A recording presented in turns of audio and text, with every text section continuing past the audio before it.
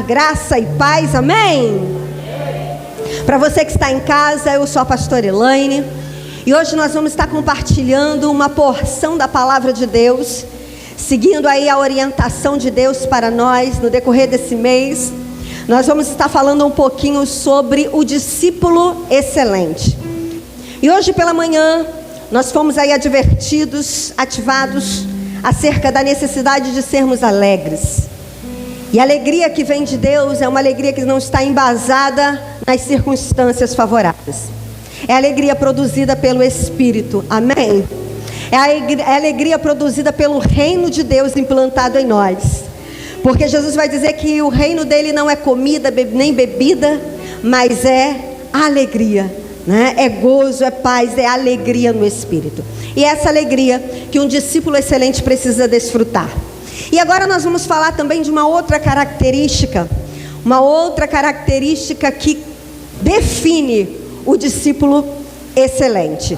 E em João, no capítulo 15, no verso de número 7, a palavra de Deus diz assim: se vocês permanecerem em mim e as minhas palavras permanecerem em vocês, pedirão o que quiserem e lhes será concedido.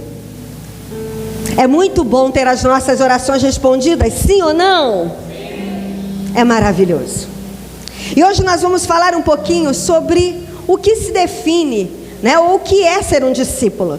Porque às vezes a gente fala sobre discípulo excelente, né, e você nem sequer sabe qual é a definição desses termos.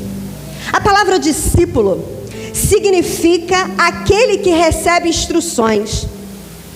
De uma forma mais simplória, discípulo é aluno, é o aprendiz. Mas à luz da Bíblia, ser discípulo é um pouco mais do que ser um aluno. É um pouco mais do que ser um aprendiz. À luz da Bíblia, ser discípulo é ser imitador dos exemplos do Mestre. Então, quando eu falo que nós somos discípulos, ou quando nós pronunciamos aqui que você é um discípulo, entenda: você não é um mero aluno, não é um mero aprendiz, você é um imitador do seu mestre. E a palavra de Deus vai nos orientar que ser imitador é mais do que um aluno, porque o aluno, ele pode ser um ouvinte, um mero ouvinte. E Tiago vai dizer que nós não podemos ser ouvintes esquecidos, ou ouvintes desatentos, ou ouvintes distraídos da palavra de Deus. Tiago vai nos propor o caminho de discípulo. Ele vai dizer que precisamos ser praticantes. Então o discípulo, ele não apenas ouve as instruções, mas ele se compromete em cumpri-la. O discípulo, ele não apenas ouve e esquece, mas ele ouve e pratica, ele ouve e imita. Isso nos define como discípulos. E o termo, né, o adjetivo excelente significa aquilo que excede, aquilo que é de ótima qualidade. Você consegue entender? Então, quando falamos de discípulo excelente, é aquele que imita o mestre e ele o faz com excelência. A palavra excelência me remete a capricho. E capricho não é no sentido pejorativo, porque capricho também significa birra, né? Significa pessoas com, né, dificuldades de comportamento. Capricho, no sentido de capricho, de uma palavra pejorativa, é aquela pessoa que só pensa nos seus interesses. Mas capricho no sentido pleno, no melhor sentido da palavra, significa ter esmero, dedicação, zelo, cuidado, diligência.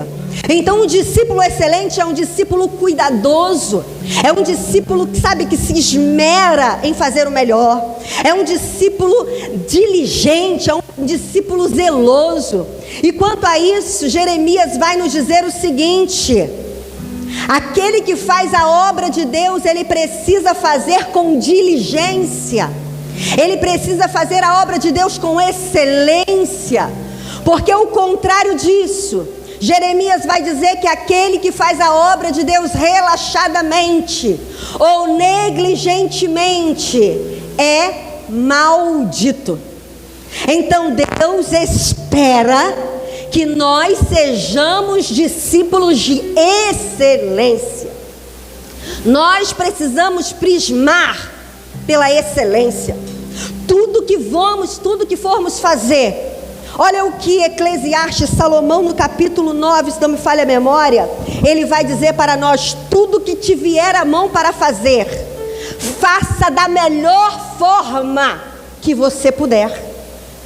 Então precisamos prismar pela excelência. Se te delegarem uma tarefa, faça da melhor forma possível. Se é compartilhar a palavra, compartilhe com todo o seu ardor. Ah, pastora, mas eu não sei falar direito. Faça o teu melhor com as ferramentas que você tem. Se te pedirem para trazer uma dinâmica, um quebra-gelo, faça o melhor que você puder. Se é para separar o louvor, separe da melhor forma possível. Tudo que te vier à mão para fazer, faça o melhor que você puder. Isso é ser discípulo excelente. Amém? E quando a gente passa por esse prisma, a gente entende que uma das características do discípulo excelente é que ele tem uma vida de oração. Semana passada o pastor trouxe aqui algumas características e além da alegria, ele disse que o discípulo excelente, ele ora. Diga assim: o discípulo excelente tem uma vida contínua de oração. E orar, teoricamente orar, é o ato de conversar com Deus.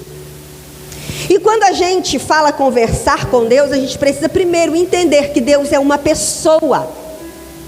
Logo, não é verdade? Por ele ser uma pessoa, logo é alguém com quem podemos conversar. O termo conversar também, ele vai nos remeter a diálogo. Não é verdade? Não a um monólogo. Não existe uma conversa quando só uma parte fala. Quando falamos de conversa, a gente fala de diálogo.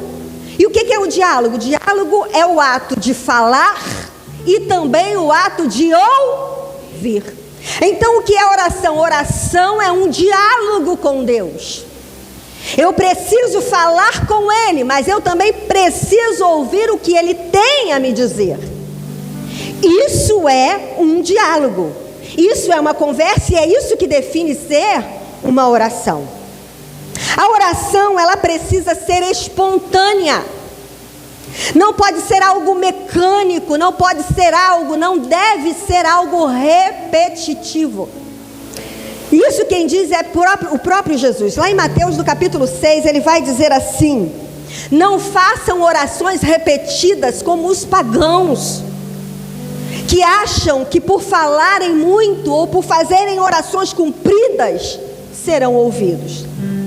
Jesus está dizendo: quando vocês forem orar, sejam espontâneos. Quanto mais perto de Deus você estiver, quanto mais íntimo dele você for, mais fácil você vai ter, ou mais argumentos você vai ter para iniciar um diálogo com Deus. Deus está interessado em conversar conosco sobre tudo e qualquer coisa. E quando você entende essa proximidade, quando você se dá a essa proximidade, você entende que a conversa com Deus é algo que vai além do que nós temos como sagrado. Deus está interessado em te ajudar na criação dos seus filhos, e numa conversa você pode expor isso para Ele, e Ele pode também lhe expor o caminho que você deve seguir. Deus está interessado na sua vida emocional, na sua vida conjugal, na sua vida amorosa, e numa conversa com Deus você pode expor para Ele da sua melhor forma, e Ele também está interessado em te direcionar nisso. Então, à medida que a gente caminha com Deus, a gente vai tendo esses momentos, de prazer, de conversar, de dialogar com Deus. Então, além da oração ser algo que deve ser espontâneo, a oração também ela deve ser habitual. Ela deve ser um hábito do seu cotidiano. Eu sei que às vezes a gente tem um momento certo de orar. Algumas pessoas, muito bem disciplinada quanto a isso. A Bíblia vai falar que Daniel orava 3 vezes ao dia.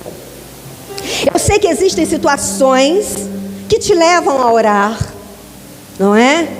Sei que você, ora por muitas causas e motivos, mas a oração, ela precisa ser um hábito diário. E mais do que um hábito diário, Paulo, em 1 Tessalonicenses 5, que nós lemos domingo passado, no verso 17, ele vai dizer que a oração, ela deve ser sem cessar. Ele diz que devemos orar em todo o tempo. Eu não passo muito tempo sem falar com as pessoas que estão próximas de mim. Por exemplo, eu não tenho um horário específico para falar com o meu marido. Eu não tenho um horário específico para falar com meus filhos, porque eles convivem comigo. Então, todo o tempo eu estou interagindo com eles. Nós cantamos aqui que Deus está mais perto de nós do que a pele sobre os nossos ossos. Deus, Ele está tão perto, muito mais perto do que seu filho, do que seu marido. Ele é aquele socorro bem presente na angústia. Ele é a torre forte no dia da guerra. Ele é o amigo leal. Por que a gente tem que terminar tempo e hora para falar com Ele? Ele precisa ser a primeira pessoa a ser cumprimentada quando levantamos. Ele precisa ser a pessoa com quem mais falamos no decorrer do dia. Então, o discípulo excelente, ele tem uma vida regada de oração. Ele ora sem parar, ele ora sem cessar, ele ora em todo o tempo. Uma outra qualidade da oração, a oração, ela é a base da dependência. Quanto mais você entende que depende de Deus, e lá em João 15 que lemos, ele vai dizer assim, olha, sem mim nada podereis fazer. Quando você entende que você sem Ele nada pode, você vai ter uma vida regada de oração. Porque a base da oração é a dependência. E o que é dependência? É precisar de auxílio. É entender que você sozinha não vai ser uma boa mãe, você sozinho não vai ser um bom esposo, você sozinho não vai ser um bom empreendedor, você sozinho não vai ser um bom chefe de família, você sozinho não vai ser um líder de célula eficaz, você sozinho não vai ser um membro, um discípulo excelente. Quando eu passo por esse princípio de que eu preciso dele para tudo, eu vou ter uma vida regada de oração. Uma outra verdade que eu aprendo sobre a oração não é o único trabalho, mas é o trabalho que torna eficaz todo o restante do meu trabalho. Deu para entender? A oração não é o único trabalho, mas é o trabalho que torna eficaz todos os restantes, ou todo o restante do meu trabalho. Lembra do que eu falei aqui? Só consigo ser se eu estiver em oração. Só consigo fazer se eu estiver em oração. Só consigo prosseguir se eu estiver em oração. Então a oração, ela é o trabalho que move, que vai dar excelência a todo o teu trabalho. A oração, ela tem um poder fenomenal. A oração, ela tem o poder de trazer Deus para a situação. Vamos repetir essa frase? A oração tem o poder de trazer Deus para a situação. E eu quero falar para você uma verdade que pode até te espantar. Quase nenhuma, ou nenhuma das situações adversas que a gente vive tem a ver com Deus. Você consegue entender isso? Quase nenhuma. Eu estou dizendo isso para não ser tão enfática. Ou nenhuma das situações adversas que você vive tem a ver com Deus. As situações contrárias das quais nós às vezes somos submetidos tem a ver com as nossas escolhas, tem a ver com as nossas decisões. Às vezes você está vivendo agora uma decepção no seu relacionamento conjugal. Quem sabe agora você está vivendo a situação, a adversidade de um olho roxo. Eu quero dizer para você que Deus não planejou esse olho roxo. Deus não planejou uma quebra de aliança no seu casamento. Deus não planejou uma enfermidade no seu corpo. Grande parte das adversidades que nós somos submetidos tem a ver com as nossas escolhas. Mas pastor, eu estou doente, a culpa não foi minha. Talvez sim. Quem sabe você, em época de saúde, não valorizou-a? Quem sabe você não fez bem, um bom uso do tempo que você estava saudável para tomar os alimentos, comer os alimentos certos, tomar as vitaminas, não é verdade? E o nosso corpo adoece. Quem sabe você hoje vive essa situação contrária porque você não orou antes de tomar uma decisão para se casar?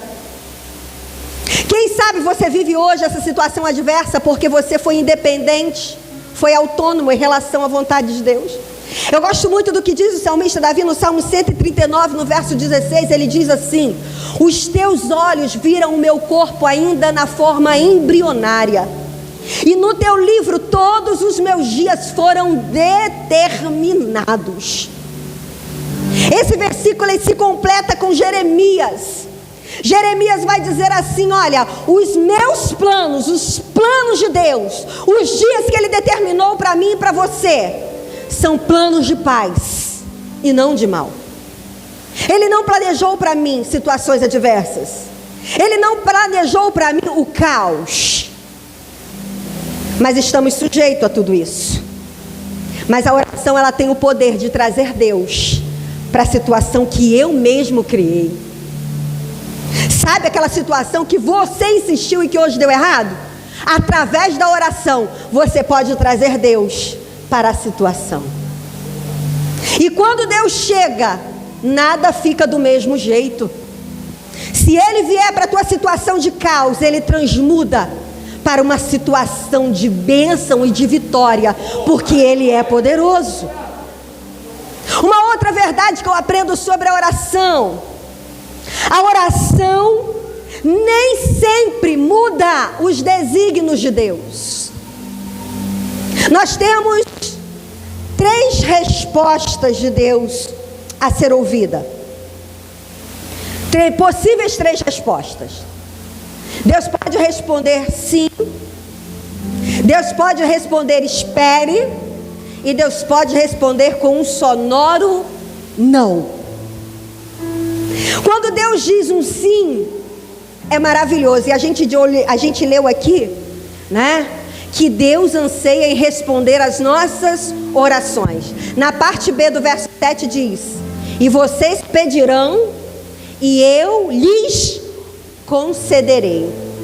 É muito bom quando a resposta da nossa oração é um sonoro sim. Não é tão ruim quando Ele diz espere, mas quando Ele diz não, é um pouco mais difícil. Mas ainda assim é a melhor coisa a nos acontecer. A oração nem sempre muda os desígnios de Deus. Às vezes o não dele vai prevalecer, mesmo quando você estiver em oração. Lembro-me de Davi. A Bíblia vai dizer que Davi, junto com Betseba, depois do adultério, aquela mulher engravida. E ela concebe, ela dá luz a uma criança. Aquela criança, ela adoece com uma doença mortal. E o texto diz que Davi se propôs a orar. Davi se lançou no chão em oração. Durante 7 dias, Davi não comeu, não bebeu, não se banhou, não se barbeou. Davi apenas orou. Mas a oração de Davi não mudou os desígnios de Deus. Mas sabe qual é a grande importância da oração? Ainda que ela não mude os desígnios de Deus, ela nos habilita, ela nos capacita para aceitar a vontade plena dEle. O texto diz que depois que a criança morreu, Davi levantou-se do chão. A oração tem o poder de nos fazer levantar, depois que os desígnios de Deus são prevalecidos. Então, ainda que a oração não mude, ela tem a condição, ela tem o poder de me manter de pé. Ela tem o poder de me fazer levantar depois do caos. Ela tem o poder de me erguer depois do não de Deus. Então, não negligencie a importância da oração. A oração, ela deve ser valorizada. Diga assim: a oração precisa ser valorizada. Em suma, a oração, ela é vital e essencial ao crente ou ao discípulo excelente. Não menospreze o poder da oração. Uma outra verdade: a oração, ela não pode ser o último recurso a ser empregado. Um grande problema nosso é que primeiro a gente tenta resolver tudo da nossa própria força. A gente tenta resolver tudo com as nossas próprias razões. A oração, ela não pode ser o último recurso, ela tem que ser o único. Diga assim: a oração precisa ser o único recurso a ser empregado. A exemplo disso, nós temos o profeta Elias.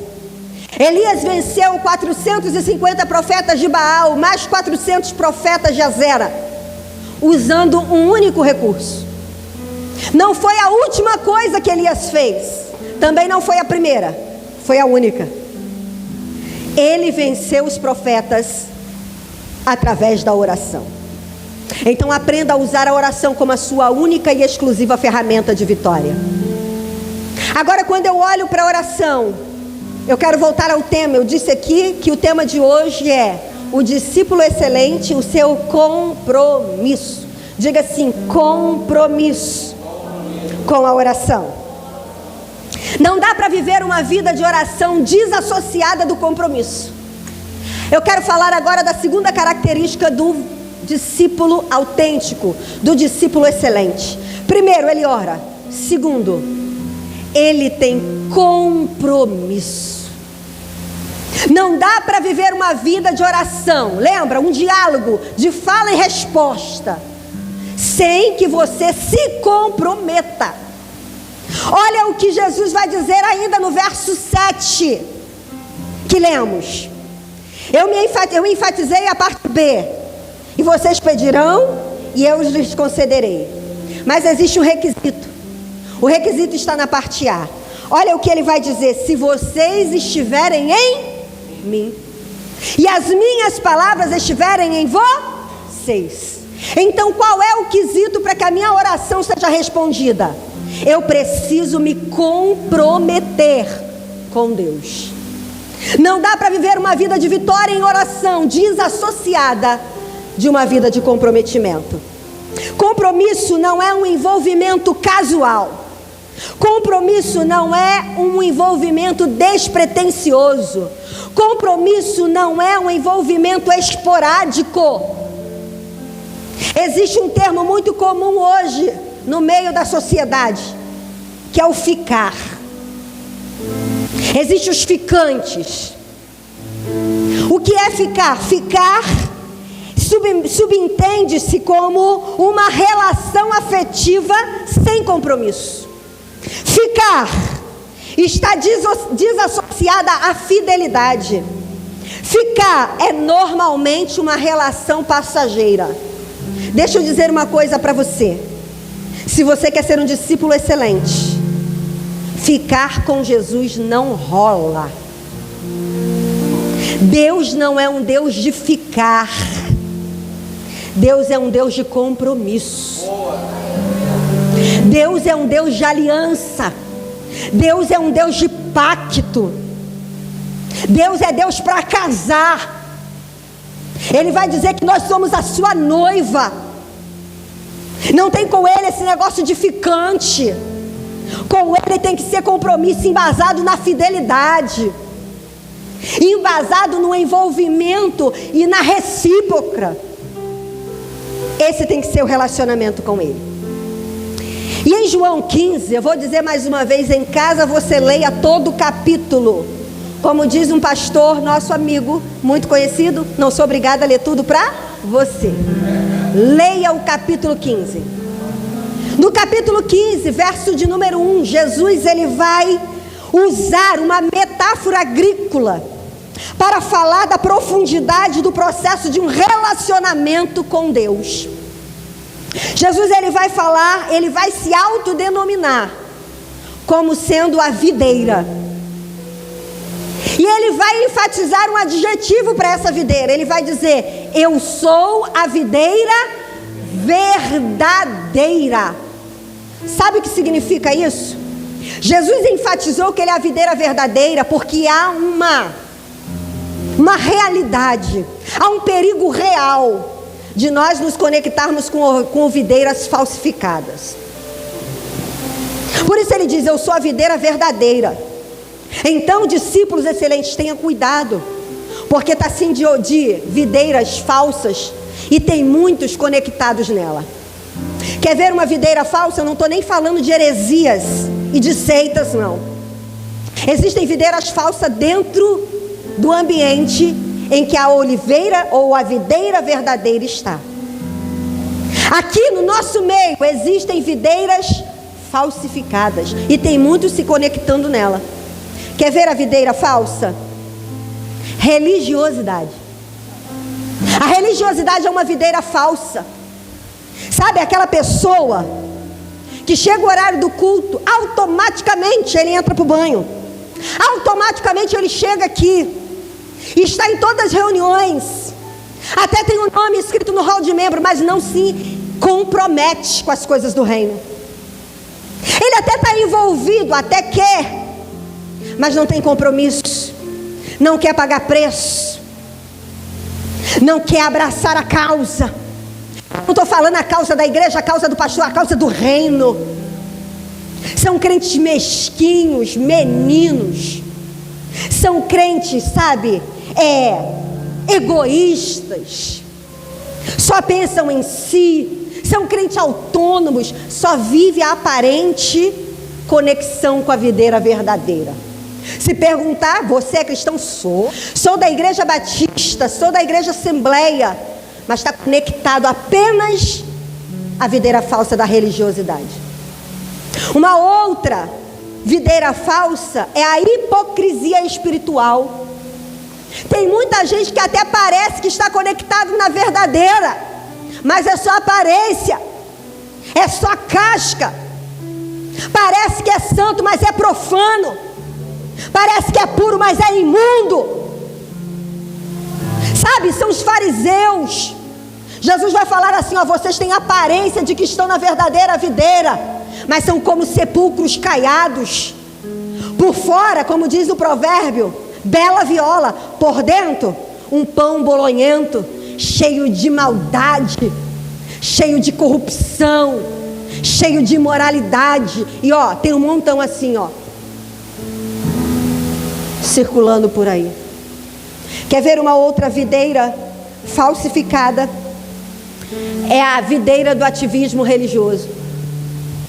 Pessoas que estão na igreja por causa da posição que ocupa. Pessoas que estão conosco por causa dos títulos eclesiásticos. Estão porque querem ser pastores, doutores, mestres, apóstolos, bispos. Estão porque querem ser líderes. Estão porque querem aparecer. Estão porque estão atrás dos benefícios do ativismo. Videira falsa.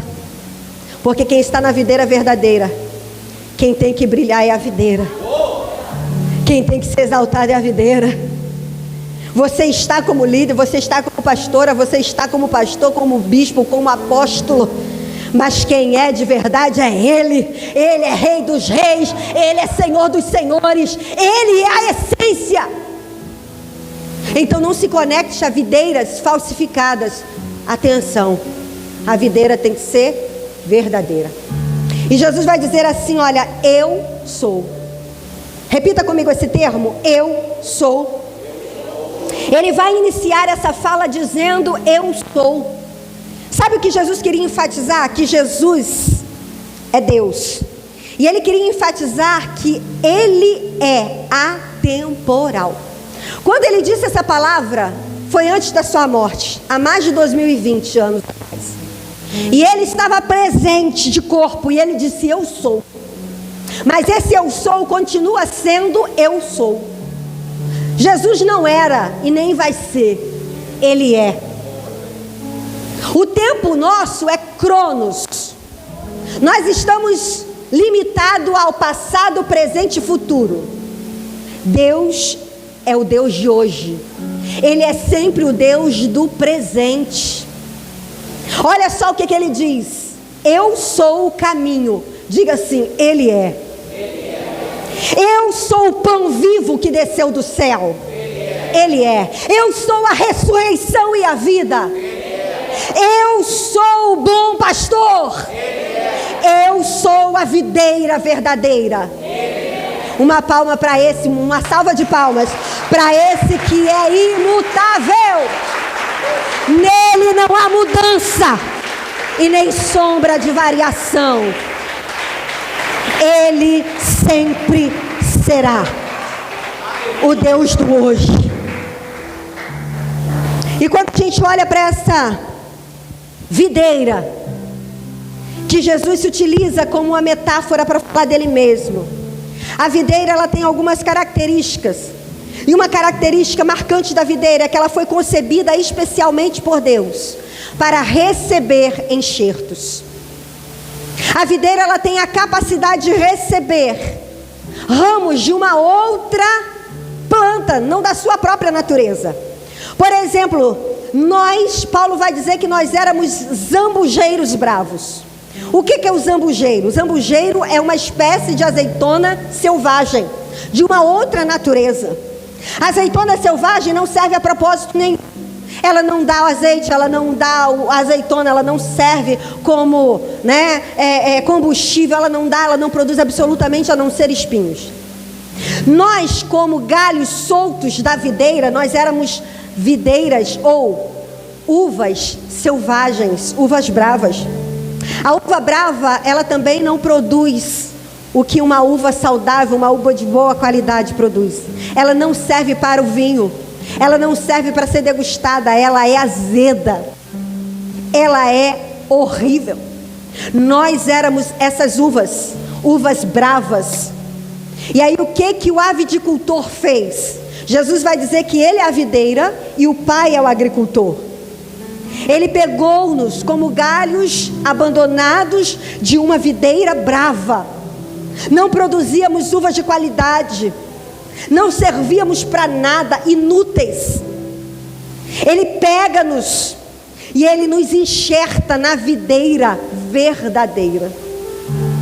E aí sabe quem se compromete? A videira.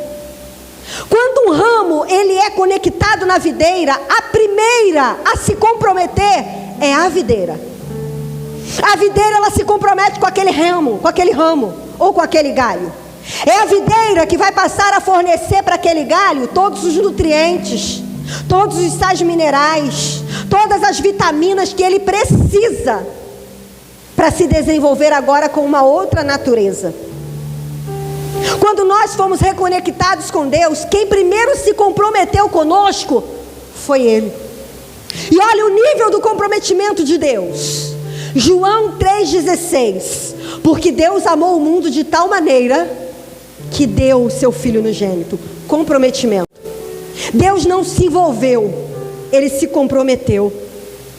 O nível de comprometimento dele não foi de um amor passivo, de um amor contemplativo, de um amor inerte. Sabe, aquela pessoa que diz que ama, mas que não se compromete com o amor que diz ter?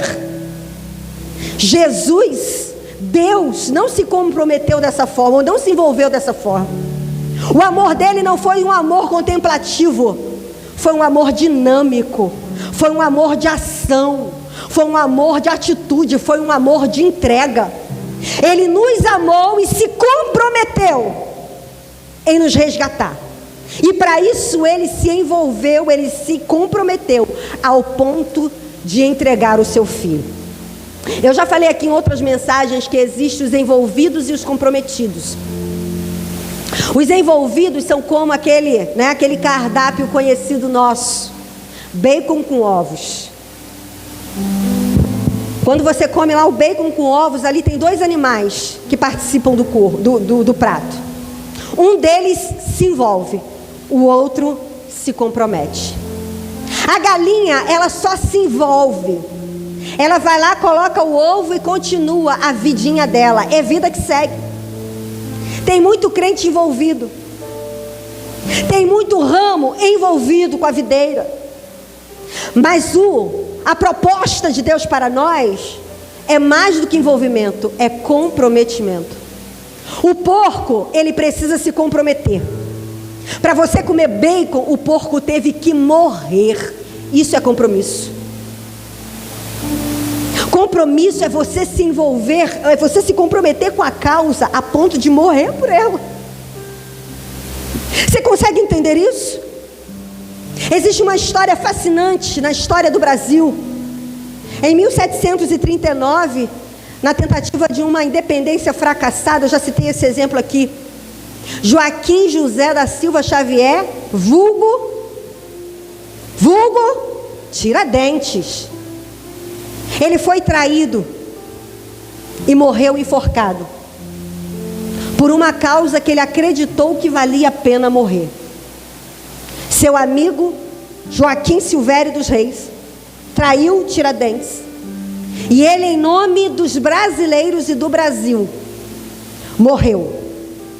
Uma das últimas falas de Tiradentes foi: se eu tivesse 10 vidas, todas eu daria. Ele morreu por uma causa que ele achou que era justa, por um sonho que ele achou que valia a pena. Com todo esse ato heróico de Tiradentes, Tiradentes foi seletivo. Ele não morreu por todos, ele morreu apenas pelo Brasil, ele morreu apenas pelos brasileiros, mas não morreu pelos portugueses, do qual ele nutria um sentimento de aversão. Olha o que Jesus fez, ele se comprometeu. E olha o que diz lá no verso 13, aí na Bíblia que você mantém aberta.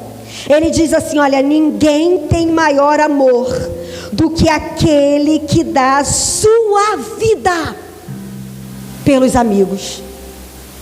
Parece até que Jesus estava morrendo por uma classe, parece até que Jesus estava morrendo pelos discípulos, mas Jesus estava nos vendo, ainda que na situação e na condição de inimigos, porque Paulo vai dizer que nós estávamos na condição de inimigos de Deus, mas ele prova o seu comprometimento conosco, morrendo por nós quando nós ainda éramos inimigos, mas ele já nos via como amigos. E você está disposto a comprar essa causa pelo reino? Você está disposto a se comprometer com essa causa? Eu estou falando aqui de uma morte literal. Embora muitos crentes, não estou falando dessa, mas embora muitos crentes estão morrendo pela causa do reino. O que me define como um discípulo comprometido com Deus é o envolvimento que eu tenho pela causa dele aqui na terra. Não é o meu nome no hall de membros, não é o cargo que eu possuo. O que me define como discípulo excelente é o meu comprometimento com o reino, com a causa. E eu estou disposta a morrer pela causa. Existem alguns crentes que estão morrendo literalmente, entregando a sua vida por conta da causa de Cristo. E para esses, Apocalipse vai dizer que está reservado para eles a coroa da vida. Jesus vai dizer assim, olha, para João, escreve aí: aquele que for fiel até a morte, dar-lhe-ei a coroa da vida. A coroa da vida não é para você que vai morrer por conta da sua saúde, por conta dos seus dias longos aqui na terra. A coroa da vida é para quem morre pela causa, como Jesus morreu por nós. Mas eu estou falando de uma morte além dessa, de uma morte que não é literal, mas é real. Até onde você está disposto a se comprometer ao ponto de morrer? Morrer para a sua vontade, morrer para o seu querer, morrer para as suas paixões carnais, morrer para o pecado pela causa de Cristo. É mais fácil abandonar: não, eu não queria mesmo, eu não quero mesmo. Deixa eu dizer uma coisa para você: quem está na videira, quem está conectado com a videira, tem que se comprometer com ela também. O primeiro comprometimento é da videira com o ramo. Mas olha o que Jesus diz: eu espero de você a recíproca. Porque se eu estiver em você e você estiver em mim, ele se comprometeu e ele espera que a gente se comprometa. E como vão conhecer que eu estou comprometido com a videira? Verso de número 8: pelos frutos ou pelo fruto que você produz. A videira verdadeira, Jesus Cristo, Ele ama? Ama sim ou não? Então eu preciso amar. A videira verdadeira perdoa? Sim ou não? Então eu preciso perdoar. A videira verdadeira é santa? Sim ou não? Então eu preciso ser santo. Então, se eu quero apresentar-me como um ramo que está conectado e comprometido com a videira, eu preciso produzir o fruto que ela produz. Lembra? Eu era um galho de uma videira brava. Mas o que a videira agora espera de mim? Que eu produza frutos. E que o meu fruto seja a altura do DNA da videira. Se eu quero ter a minha vida de oração respondida, eu preciso me comprometer com a videira. Eu preciso gerar em mim o DNA da videira. Eu preciso gerar em mim a genética da videira. Antes eu produzia frutos amargos, agora o meu fruto é saboroso, é doce. Antes eu não servia para nada, agora eu sirvo para produzir vinho. E o vinho é o que? Símbolo de alegria na palavra de Deus. Aí olha o que Jesus vai dizer, quero terminar aqui com essa fala. Jesus vai dizer para nós o seguinte: à medida que a gente se compromete com Ele, que Ele se compromete conosco, que há, essa troca, Ele em mim e eu nele, Ele diz o seguinte: eu concedo tudo para vocês, para que a alegria de vocês seja completa. Quer viver uma vida plena, uma vida de satisfação, uma vida de plenitude nessa terra. Seja comprometido com a videira. Talvez você chegou aqui nessa noite e agora diante dessa mensagem você se percebe desconectado. O seu fruto não está sendo da videira. A sua conexão pode estar comprometida. E quem sabe, como diz a palavra, o machado já está posto à tua raiz. Porque a palavra também vai dizer, Jesus vai nos lembrar, que o ramo que não dá para ele o retorno do seu comprometimento, ele corta e lança fora. O que Deus espera, queridos, é que a gente retribua tudo o que Ele fez. Nunca vai ser a altura, viu? Mas lembre-se, se você não devolve, se você não se compromete na troca, Ele em você e você nele, a sua oração não é respondida. Se não há uma conexão de você com a videira e a videira contigo, você é cortado e lançado fora. Mas quem sabe você entrou aqui nessa noite, nessa condição. Só que a palavra de Deus vai nos dizer em Jó, a esperança para você que está, como uma árvore cortada. A Bíblia diz que ao cheiro das águas há possibilidade de você brotar novamente. Há possibilidade de você ser reconectada com Cristo, ser reconectado com Ele verdadeiramente. E a partir de então você viver uma vida plena com Ele. O discípulo excelente, ele se compromete com a videira. E ele tem uma vida de respostas às suas orações.